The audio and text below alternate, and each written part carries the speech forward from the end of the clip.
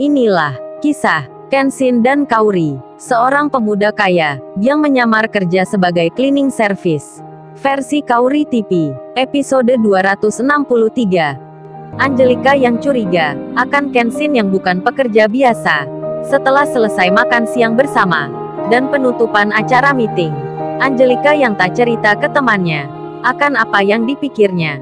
Ia langsung menuju ke kantor bagian pekerja. Kebetulan pula, yang berjaga saat itu adalah teman akrabnya. Angelika pun lalu bicara, "Hei Vi, aku pinjam komputer bentar ya.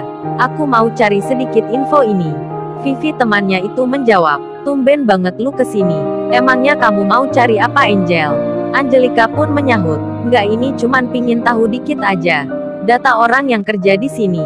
Vivi lalu menjawabnya, "Iya, kamu pakai aja sesukamu. Asal jangan dibuat cari selingkuhan." "Hahaha," Angelika berucap, "bisa aja lu bercandanya. Emangnya gue terlihat gitu apa?" Lalu Angelika pun mulai mengetik apa yang diinginkan olehnya. Angelika itu mencari sebuah nama seorang pria yang kerja di sini. Dicarilah di komputer itu dengan tulisan Kenshin, pekerja cleaning service. Segera saja nampak sebuah foto Kenshin yang di waktu sekolah. Rupanya itu fotokopi ijazah yang dipakai melamar kerja di sini.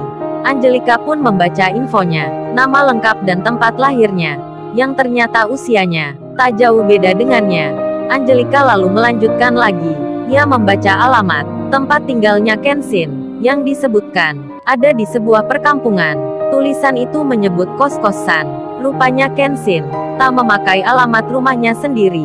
Ia pun melanjutkan lagi, membaca tentang pengalaman kerjanya, yang ditulis di situ. Cleaning service semua, beserta nama perusahaan, yang pernah ditempati. Di sela berpikirnya, Angelika jadi tak sadar, saat temannya memperhatikan apa yang dibuka di komputer. Temannya pun lalu bilang, What's? Oh my god, aku tak salah lihat nih. Selera kamu kok gini. Rupanya cleaning service yang pingin lu cari. Wah, sejak kapan nih kamu jatuh cinta pada bawahanmu sendiri? Mirip di film aja. Mendengar itu, Angelika terkejut. Segera dirinya membalas, mengklarifikasi dengan berkata, Sorry Vi, kamu salah sangka. Jangan salah paham dulu. Kaget gua jadinya. Lu bilang jatuh cinta ke cleaning service. Deket-deket aja gua risih. Aku cari cowok ini, itu ada alasannya. Karena lagaknya mencurigakan. Masa dia tadi bisa dekat dengan Kaori? Temannya pun menyahut, "Kaori siapa, Angel?" Angelika pun menjelaskan, "Oh, itu tamu perusahaan V yang tadi ikut meeting." Lalu temannya itu bertanya, "Dekatnya gimana maksudnya?" Angelika menjawab, "Yaitu V masak mereka bicara. Terlihat akrab gitu. Padahal mereka baru bertemu. Kok langsung seperti mengenal. Minum pakai gelas yang sama pula." Lantaran mendengar cerita dari Angelika, temannya pun jadi penasaran. Ia lalu melihat fotonya Kenshin yang ada di komputer, diperhatikan dalam-dalam. Vivi pun lalu bicara, "Tapi cakep juga ya, cleaning service ini. Emangnya yang kamu curigai itu apa ya?" Angelika menjawab, "Ya itu dia, aku rasa bukan cleaning service beneran. Gua berpikir kalau cowok ini adalah staf perusahaan lain yang menyamar di sini." Vivi pun menyimaknya, "Masa sih beneran itu? Mungkin kamu salah kira kali." Angelika pun lalu berkata, "Gini aja, kalau kamu nggak percaya, kita lihat sebentar di luar. Entar lu nilai sendiri orangnya. Mencurigakan apa tidak?" Kemudian Angelika dan temannya itu pun segera keluar ruangan. Mereka mencari keberadaan Kenshin untuk diperhatikan.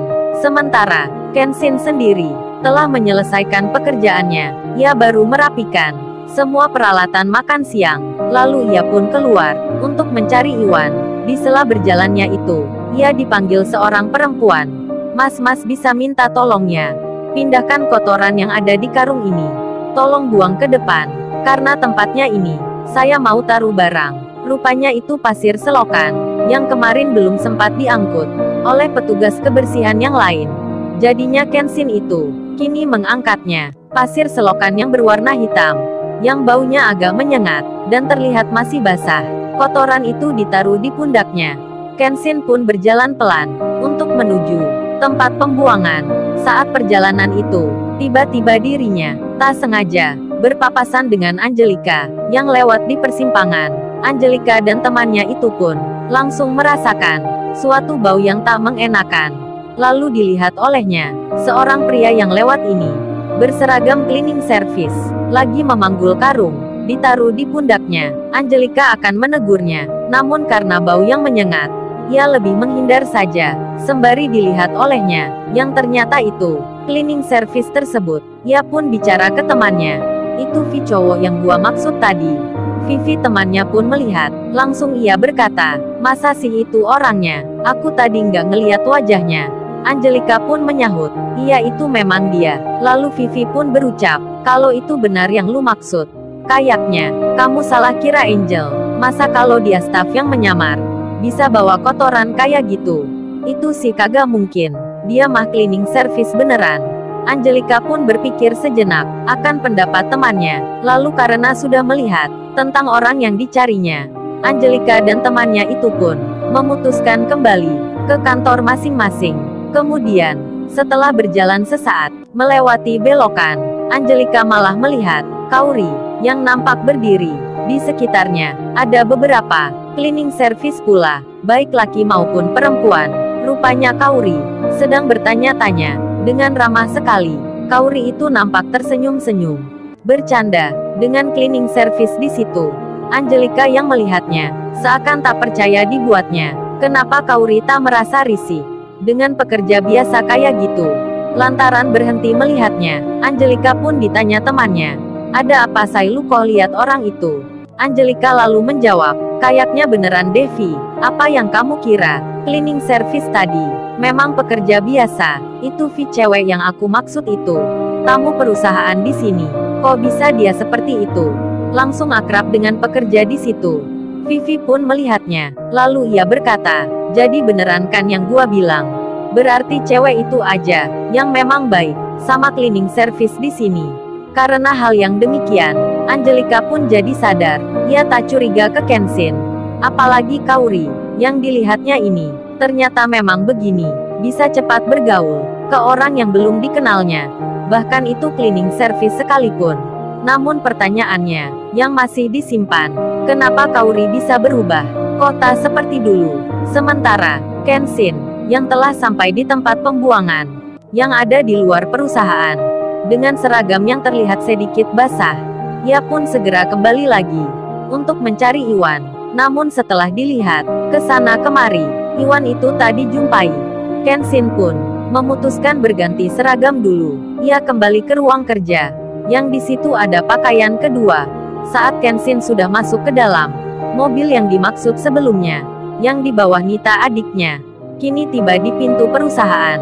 Security segera membuka gerbang dengan tangan yang mempersilahkan. Masuklah mobil yang diderek itu dengan pelan. Saat baru sebentar saja tiba di halaman kantor, mobil mewah itu langsung menjadi perhatian. Dilihat banyak orang di situ. Mereka bertanya-tanya, mobil siapakah ini? Kok mewah sekali?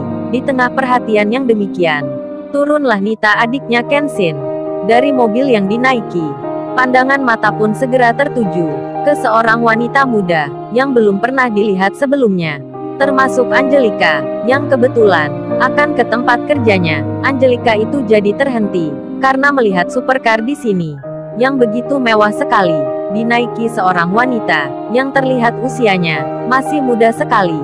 Di tengah memperhatikan akan cewek yang berdiri itu, Angelika tak sengaja melihat sebuah nama yang ada di samping mobil mewah.